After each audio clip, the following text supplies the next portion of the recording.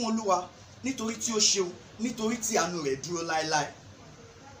Jẹ́ kí ìdílé Arówólò dúpẹ́ nísinsìnyí lórí Ebenezer Olúwaṣẹ́gun Arówólò, olówó orí ọkọ̀ Olúwatósìn Dorcas Arówólò tó fi ẹsẹ̀ kan lé ọdún tuntun lẹ́ni May 19, 2020.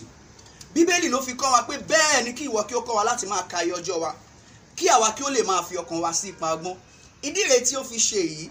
Mo gbàdúrà wípé Olúwaṣẹ́gun Ebenezer Arówólò, gbogbo ìlérí Deuteronomy 28 yóò ṣẹ mọ́ ọ lára. Ìbùkún ni ọdún yìí yóò jẹ́ fún ọ. Happy birthday.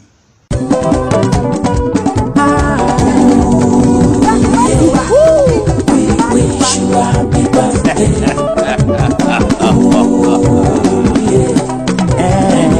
Many happy returns, Sakala. We wish you happy birthday. Happy birthday. Many happy returns. Happy returns.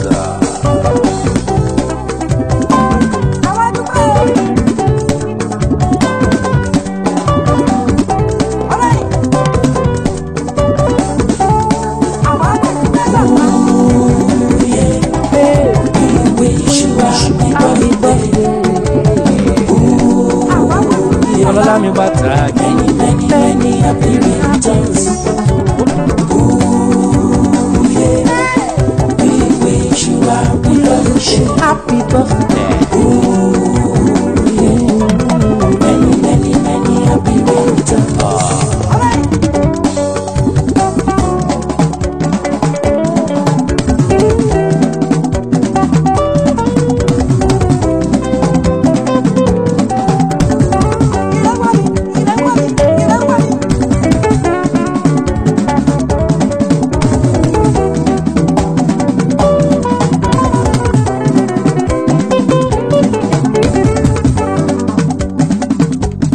Ọlọ́jọ́ ìbí òní bóyá kó má mi lẹ́ngbẹ́, ọlọ́jọ́ ẹ̀yẹ òní bóyá kó fàyọ kójó, ojú ṣáàtì rọdún ijó ló yẹ ká jó, ọpẹ́ ló yẹ ká dún. Many happy returns.